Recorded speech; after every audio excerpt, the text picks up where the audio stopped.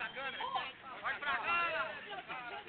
Diga, rapaz. Quando o meu pai que morreu, ele deixou uma propriedade sem tarefa, um açude, uma barragem, um bacio e 2 casas de morada. E as vacas? E as armas? E 6 vacas que parida valendo. E as armas? 3 mil de cada uma. E as armas?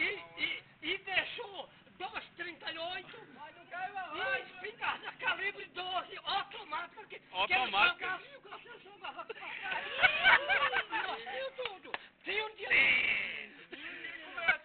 Quem foi que comeu essas coisas? Tinha não, era mentira. Gastado foi? Tinha só o cabo que comeu. E é mesmo, meu pai dele morreu, deixou tudo. Venderam a quem? Venderam a quem? É do mesmo jeito que hoje. Tem uns espertos aí que comem. E Chico Pereira? Você tá pensando? Você tá pensando que eu chego aqui e digo que João Paulino me vender esse barco por 25 mil ou que por 30 mil?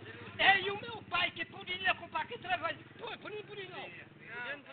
Comprar aqui 3 vezes que por 300 mil reais. Mentiroso, doutor Val. Não, podia não.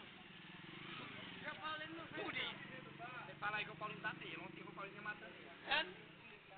O meu pai possuía espingarda calibre 12, daquelas automáticas curtas, quando ele que quebrava assim, fazia trem, aí o cartucho automático jogava aqui pra trás.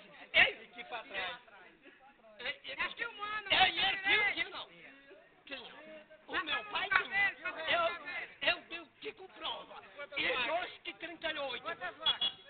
E 2 revólveres calibre que 38. Ei, ele tinha. O meu pai tinha 2 revólveres calibre que 38, uma 12, uma espingarda aqui 40, uma 36 calçando que bala de rifle. Tinha. Ei, que tinha não? Meu pai era Chico Maranhão. E um carro? Uma 36 calçava bala de Quantos cavalos? rifle. E tinha uma 28 que quebrava e jogava pra trás. Fazia como cartucho. Nossa, Sai do meio.